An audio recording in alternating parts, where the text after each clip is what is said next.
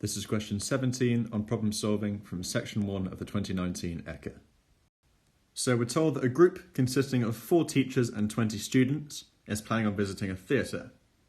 And the students consist of 8 15-year-olds and 12 16-year-olds. Therefore, based on this price list for all the various tickets, what is the cheapest possible price these 24 people could pay? So where to begin? Well, let's inspect all these pricing options and have a look at what seems like the best deal. So the individual prices, adults and children, are probably, based on our experience, going to be more expensive than the bulk offers.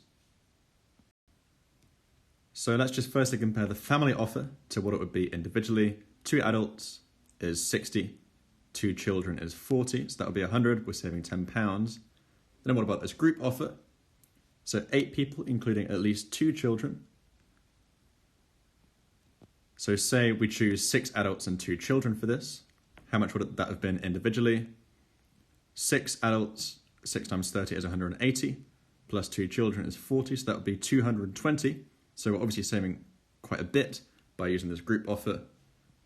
But notice that if we used more children and fewer adults, then the savings would decrease. Then the supergroup, we can see, is more expensive than the group. So it looks like we're going to maximize our use of this group offer to save the most money. So now how are we going to put this together?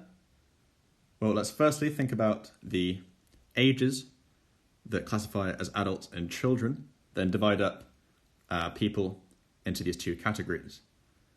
So the 4 teachers, we can fairly safely assume are over 16, so they're adults. Then we have 12 16-year-olds, as well as these 4 teachers. These are all the adults, so that means we have 16 adults, then these 8 15-year-olds are children. So 16 adults and 8 children. So how many times can we use this group offer? So we already noted that we're going to want to get as many adults in this group as possible to make the most savings. So if we use only 2 children and 6 adults in this group, what does that take us to? So if we use the group offer once for 6 adults and 2 children, 16 minus 6 is 10, 8 minus 2 is 4. So we've got these people in and we're left with 10 adults and 6 children. So what next? Well, we can do the same thing again.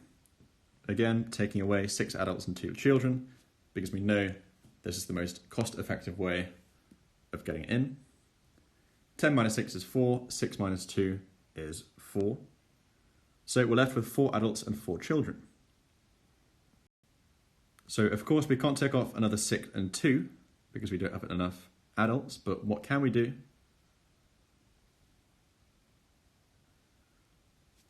So what are our options? We could do a supergroup for any 8 people, but equally we could do a group, which is cheaper, so of course we choose this over the supergroup. What if we do this as 2 families? That would be 2 times 90, which is 180. And so it looks like the cheapest option, again, is going to consider these 8 people, 4 adults and 4 children, as a group, even though we're saving less than they are with these first 8 and second 8. So if we have a group of 4 adults and 4 children, then that's everyone in the theatre. So how much have we spent? A group cost 175, and we've got 3 of them. 3 times 175 is 525. Now, we've done that quite quickly, but how do we know this has to be the correct answer? Well, you can see, based on our options, 525 is the cheapest option. And so we know we can't find any better way of getting them in, and so this is a good check. The fact that we've proven how we can make the cheapest possible price out of our 5 options means that we know it's correct. So 525 is our final answer, which corresponds to A.